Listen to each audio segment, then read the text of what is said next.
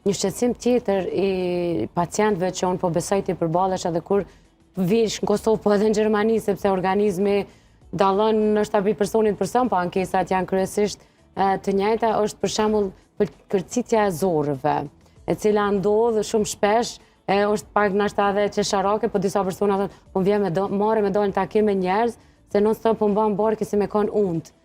Kjo çka në kupton, doktor Besnik? Shumicën e rasteve, kërcitja ka të bëjë me IBS, do të thotë me zorën irrituese, do të thotë ne bëjmë diçka gabim, kemi shumë gaz në zorë. Do të thotë shumicën e rasteve po ushqejmë mikrobiomin tonë, zorët tonë po ushqejmë jo mirë, po ushqejmë keq dhe zora është organ në lëvizje. Do të tentoj ta largojmë këtë gaz të tepërt. Prandaj unë i pyes shumë pacienta kur përgatiten edhe për kolonoskopi. Atë shumica të ri që kanë shenja jo alarmuese, i pyes ditën pas pastrimit, si po ndihesh?